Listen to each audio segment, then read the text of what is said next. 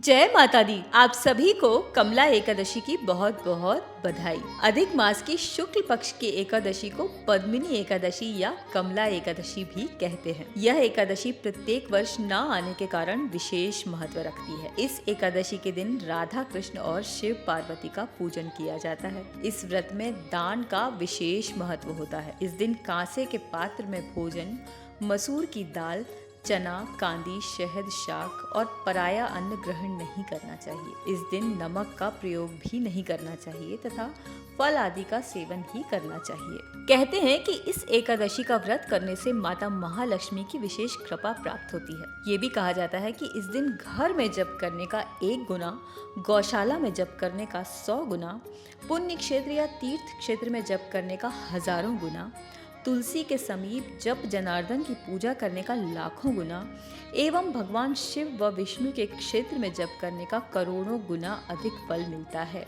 यानी कि इस दिन अगर आप किसी मंदिर या किसी तीर्थ स्थान पर जाकर जप और तप करते हैं तो उसका आपको करोड़ों गुना अधिक फल मिलेगा। तो आइए अब सुनते हैं पद्मिनी एकादशी के व्रत की कथा। पद्मिनी एकादशी के व्रत की कथा जुड़ी हुई है सहस्त्रबाहु अर्जुन या कार्तवीर्य अर्जुन के जन्म से। जी हाँ, कार्तवीर्य अर्जुन वो महाबली राजा था जिसने रामचंद्र जी के पहले रावण को युद्ध में हराकर बंदी बना लिया था और फिर रावण के दादा ऋषि पुलत्स्य ने उनसे विनती करी थी और उनके कहने पर सहस्त्रबाहु ने रावण को मुक्त किया था। जी हाँ, और सहस्त्रबाहु की इस वीरता को देखकर हर कोई ये पूछने लगा था कि ये आखिर है कौन, इतना महाबली कैसे है, क्या है इसकी कथा।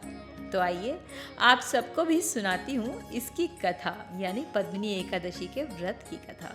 त्रेता युग में हैहय वंश में कृतवीर नाम का राजा हुआ करता था। ये महिष्मतिपुरी में राज्य करते थे। इनकी 1000 पत्नियां थीं, परंतु फिर भी संतान एक भी नहीं थी जो कि इनका राज्यभार संभाल सके, इनका वंश आगे बढ़ा सके। देवताओं, पितरों और साधुओं के निर्देश पर उन्होंने बहुत सारे व्रत और अनुष्ठान किए, पर फिर भी पुत्र की प्राप्ति नहीं हुई उन्हें। और तब राजा ने तपस्या करने का निश्चय किया। उन्होंने अपने मंत्री को संपूर्ण राज्यभार सौंपा और तपस्या करने के लिए वन में चल पड़े।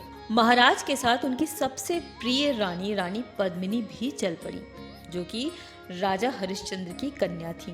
उन दोनों ने मदरांचल पर्वत पर जाकर 10,000 वर्षों तक घनघोर तपस्या की। तपस्या करने से महाराज का शरीर एकदम कमजोर हो गया। इधर महारानी पद्मिनी ने महासाध्वी अनसुईया जी से विनय करके यह पूछा कि हे माते, मैं क्या करूं, क्योंकि मेरे पति तो तपस्या कर कर के कंकाल हो गए हैं, परंतु फिर भी हमें संतान प्राप्ति नहीं हो रही है। रानी बोली कि एक बात तो तय है माते, इतनी तपस्या के बाद भी श्री हरि हमसे प्रसन्न नहीं है। कोई तो बात है, आप ही कोई रास्ता बताइए जिससे हम केशव को प्रसन्न कर सकें।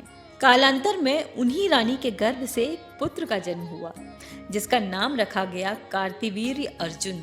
तीनों लोकों में कार्तवीर्य अर्जुन के समान कोई बलवान नहीं था। इसी कार्तवीर्य अर्जुन ने ही रावण को युद्ध में परास्त कर बंदी बना लिया था। तो सुना, तो ये थी कार्तवीर्य अर्जुन के जन्म की कथा और साथ साथ पद्मिनी माता के व्रत और एकादशी की कथा। पद्मिनी माता ने इस व्रत को रखा था, इसीलिए इस एकादशी का नाम पद्मिनी एकादशी पड़ा। तो मित्रों, आप भी अगर संतान की समस्या से उलझ रहे हैं, संतान प्राप्ति नहीं हो रही है या संतान आपके बताए अनुसार नहीं चल रही है, तो आप भी अधिक मास में आने वाली इस पद्मिनी एकादशी का व्रत अवश्य करें और विधि पूर्वक इसका पालन करें। तो बोलिए नारायण नारायण।